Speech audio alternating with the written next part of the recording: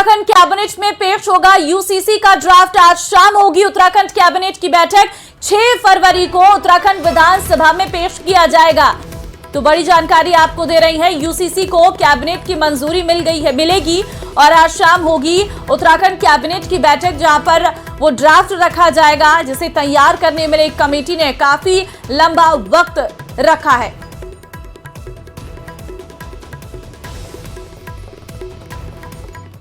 जनसंघ के दौर से बीजेपी का सपना रहा यूनिफॉर्म सिविल कोड अब साकार होने जा रहा है और इसके ध्वजवाहक बने उत्तराखंड के सीएम पुष्कर सिंह धामी। सीएम धामी को यूसीसी का ड्राफ्ट सौंप दिया गया है और ड्राफ्ट को कैबिनेट की भी हरी झंडी मिल सकती है आज।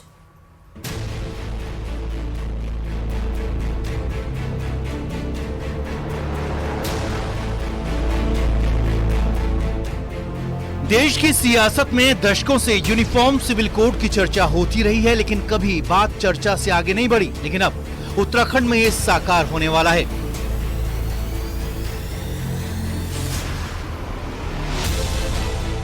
मुख्यमंत्री पुष्कर सिंह धामी की बनाई कमेटी ने यूनिफॉर्म सिविल कोड का ड्राफ्ट सौंप दिया है। 20 महीनों की स्टडी, रिसर्च और बातचीत के बाद जब ड्राफ्ट सीएम धामी के हाथों में आया तो उन्होंने इसका क्रेडिट प्रधानमंत्री मोदी के साथ ही उत्तराखंड की जनता को दिया। और आज उत्तराखंड में एक ऐसे काम की शुरुआत हो रही है, एक ऐसा काम आगे बढ़ रहा है जिसकी प्रतीक्षा देश को लंबे समय से थी। इसमें जहां मैं अपने नेतृत्व का धन्यवाद करना चाहता हूं कि उन्होंने हमारा मार्गदर्शन किया, आदरणीय प्रधानमंत्री जी का, साथ ही साथ मैं उत्तराखंड की देवतुल्य जनता का भी मैं दिल से उनका आभार व्यक्त करना चाहता हूं, उनको प्रणाम करता हूं, नमन करता हूं कि उन्होंने हमको एक ऐसा अवसर दिया कि राज्य गठन के बाद पहली बार किसी भी राजनीतिक दल को उत्तराखंड के इतिहास में लगातार दूसरी बार सेवा करने का अवसर प्रदान किया, लगातार सेवा करने का अवसर प्रदान किया। और हम ये ड्राफ्ट आज लाकर उसकी समस्त जो औपचारिकताएं हैं पूरी करेंगे।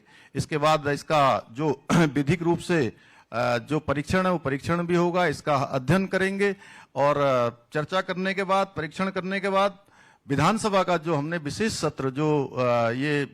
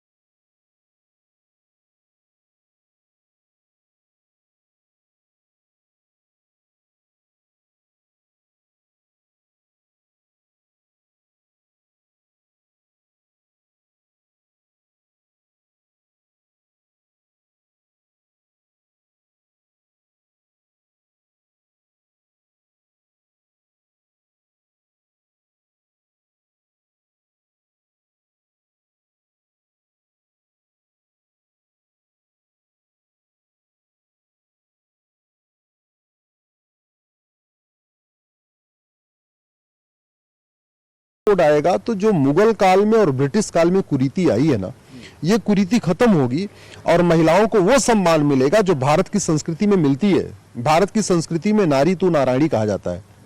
भारत की संस्कृति में यत् नारस्तु पूज्यते रमन्ते तत् देवता कहा जाता है। मुख्यमंत्री पुष्कर सिंह धामी के नेतृत्व में उत्तराखंड देश का पहला राज्य बन गया है जिसने यूनिफॉर्म सिविल कोड को ड्राफ्ट का स्वरूप दे दिया है। अब शनिवार को कैबिनेट की हरी झंडी मिलने के बाद विधानसभा से इसे पास कराया जाएगा और फिर राज्यपाल की मंजूरी मिलते ही यूसीसी को कानून का दर्जा देने वाला उत्तराखंड देश का पहला राज्य बन जाएगा। देहरादून से न्यूज़ 18 के लिए सुनील नवप्रभात की रिपोर्ट।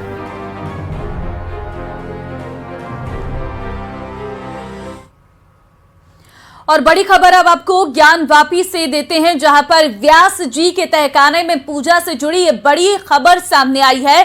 ट्रेजरी से व्यास जी के तहखाने में मूर्तियां लाई गई हैं। शिव, हनुमान, लक्ष्मी, गणेश की खंडित मूर्तियों को व्यास जी के तहखाने में लाया गया है।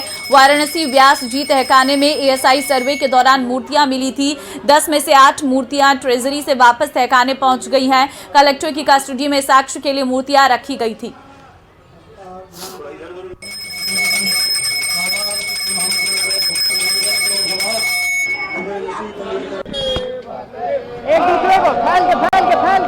व्यास जी तहखाने में मूर्तियां लाई गई हैं। कुछ खंडित मूर्तियां जो सर्वे के दौरान मिली थी उन्हें रखा गया है। महाराष्ट्र के ठाणे से बड़ी खबर है, जहां पुलिस थाने में फायरिंग के आरोप में बीजेपी विधायक समेत 3 लोगों को गिरफ्तार किया गया है। आरोप है कि जमीन विवाद में बीजेपी और शिवसेना शिंदे गुट के नेता और कार्यकर्ता ठाणे के हिल लाइन पुलिस थाने पहुंच गए थे, जहां एक पुलिस अधिकारी की कैबिन में बातचीत के दौरान गोलियां चल गई, जिसमें शिवसेना शिंदे गुट के नेता महेश गायकवाड़ और उनके समर्थक घायल हो गए। अब पुलिस ने इस मामले में 6 लोगों के खिलाफ एफआईआर दर्ज किया। साथ ही बीजेपी विधायक गणपत गायकवाड़ समेत 3 आरोपियों को गिरफ्तार किया, जबकि फरार आरोपियों की तलाश जारी है।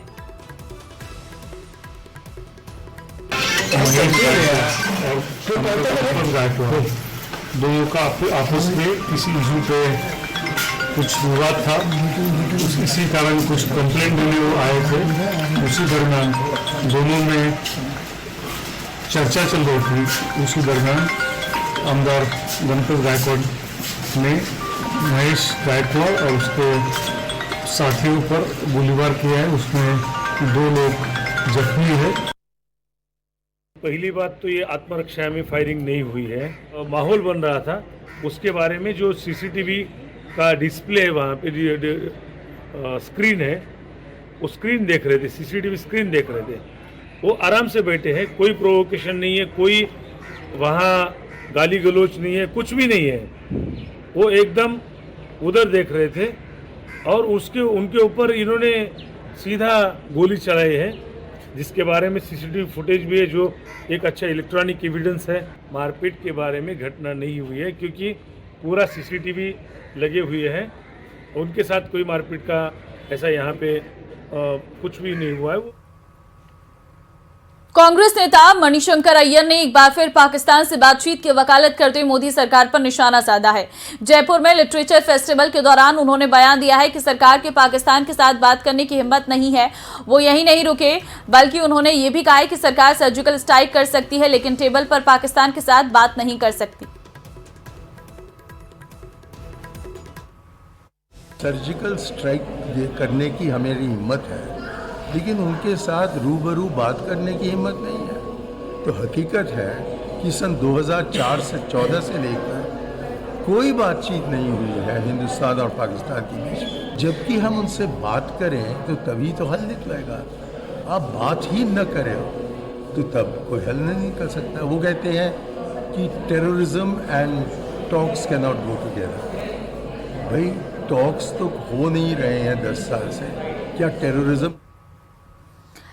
अगली खबर जोधपुर से है, जहां शिक्षा मंत्री मदन दिलावर एक्शन मूड में नजर आए। बवासिया स्कूल में आलम देख शिक्षा मंत्री नाराज दिखे, जिसके बाद शिक्षा मंत्री ने मामले में बड़ी कार्रवाई की है। मामले में प्रिंसिपल अरुणा पवार को एपीओ कर दिया गया है। साथ ही जिला शिक्षा अधिकारी माध्यमिक इंसाफ खां को भी एपीओ की ऑर्डर दिया गया है। इसके अलावा सीबीईओ सज्जाद हुसैन खां को भी एपीओ किया गया है। वहीं इंटर्न के पढ़ाने के मामले में भी जांच के आदेश दिए हैं।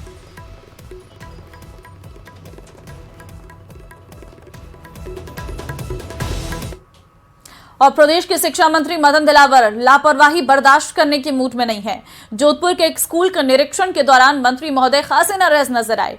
मंत्री ने यहां तक कह दिया कि यहां के अधिकारी रहने के लायक नहीं है। शिक्षा मंत्री के सवाल से फूले हाथ पांव, चेहरा पड़ गया पीला, हलक में आ गई जान। औचक निरीक्षण में खुले स्कूल की पोल। यहाँ के अधिकारी रहने के लायक नहीं। सवाल सीधा था, सर शौचालय की व्यवस्था भी अच्छी नहीं, लेकिन शिक्षा मंत्री ने जवाब देने में जो वक्त लगाया, उससे उनके इरादे जाहिर हो गए कि लापरवाही नहीं चलेगी। अच्छी नहीं, बुरी ही नहीं, सबसे खराब है। यानी जानबूझकर जैसे कोई बच्चों को बीमार करने का षड्यंत्र चल रहा, ऐसा लग रहा है। यहाँ के जिलाधिकारी क्या देखते हैं क्या नहीं मुझे कोई पता नहीं, लेकिन यहाँ के अधिकारी रहने लायक नहीं है। शिक्षा मंत्री को हल्के में नहीं लिया जा सकता, क्योंकि जोधपुर ही नहीं बल्कि प्रदेश के अधिकांश विद्यालयों की हालत ऐसी ही है। शौचालय की स्थितियां देख, स्कूल की हालत देख, शिक्षा मंत्री। चलिए आगे बढ़ते हैं। कोटा से एक बड़ी खबर आ रही है सामने। शिक्षा मंत्री का कोटा डाइट में आकस्मिक निरीक्षण, अनुपस्थित मिले प्रशासनिक अधिकारी उमेश प्रताप सिंह। अनुपस्थित मिलने पर मदन दिलावर नाराज, अनुशासनहीनता बर्दाश्त नहीं करूंगा, शिक्षा मंत्री ने बयान दिया है। बिना अनुमति कोई भी अनुपस्थित नहीं रहेगा। तो बड़ी खबर यह है क्योंकि शिक्षा मंत्री मदन दिलावर लगातार निरीक्षण कर रही हैं और उनका ये निरीक्षण जो है वो काफी गुप्त तरीके से हो रहा है। आकस्मिक निरीक्षण किया जा रहा है और इस दौरान जो टीचर या फिर जो भी कर्मचारी स्कूल का मौजूद नहीं रहता है, किसी कारणवश स्कूल नहीं पहुंचता है, उस पर सीधे कार्रवाई की जा रही है। और ठीक इसी तरीके से शिक्षा मंत्री का कोटा डाइट में भी निरीक्षण रहा, जहां पर प्रशासनिक अधिकारी उमेश प्रताप सिंह नहीं थे और इस दौरान नाराजगी जताई है मदन दिलावर ने और कहा है कि अनुशासनहीनता बर्दाश्त नहीं करूंगा, बिना अनुमति कोई भी अनुपस्थित नहीं रहेगा। तो देखिए तस्वीर भी आपको दिखा रहे हैं कोटा की, जहां पर अचानक से जब स्कूल पहुंचे शिक्षा मंत्री तो सभी लोग हरकत में आ गए। और हिमांशु फोन पे हमारे संवाददाता हमारे साथ हैं।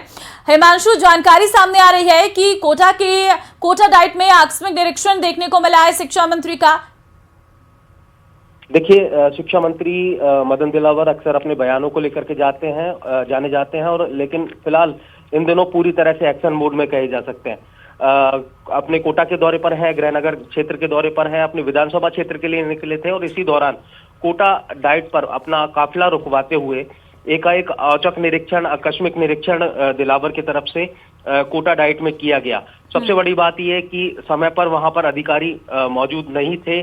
वहां के जो प्रशासनिक अधिकारी हैं उमेश कुमार अनुपस्थित मिले, जिसको लेकर के उनकी गैर हाजिरी पर शिक्षा मंत्री मदन दिलावर ने खासी जो नाराजगी है वो व्यक्त की। इन सबके साथ में एक और बड़ा एक्शन देखने को मिला कि दिलावर ने खुद जो हाजिरी रजिस्टर है वो मंगवाया और खुद जो उनकी गैर हाजिरी है उस रजिस्टर के अंदर दर्ज करवाते हुए स्पष्ट तौर पर कहा कि किसी भी तरह की जो अनुशासनहीनता है वो बर्दाश्त नहीं की जाएगी, कोई भी बिना अनुमति के अनुपस्थित नहीं रहे। यानी कि स्पष्ट तौर पर चेतावनी दी कि समय पर आए, समय के पाबंद रहें, किसी भी तरह से वर्क को लेकर के नेग्लिजेंसी बर्दाश्त नहीं की जाएगी। एक और स्वच्छता पर विशेष जोर बिल्कुल, ये 3-4 बिंदु है जिस पर साफ तौर पर शिक्षा मंत्री काफी सख्त हैं। हिमांशु, बहुत धन्यवाद आपका तमाम जानकारी देने के लिए।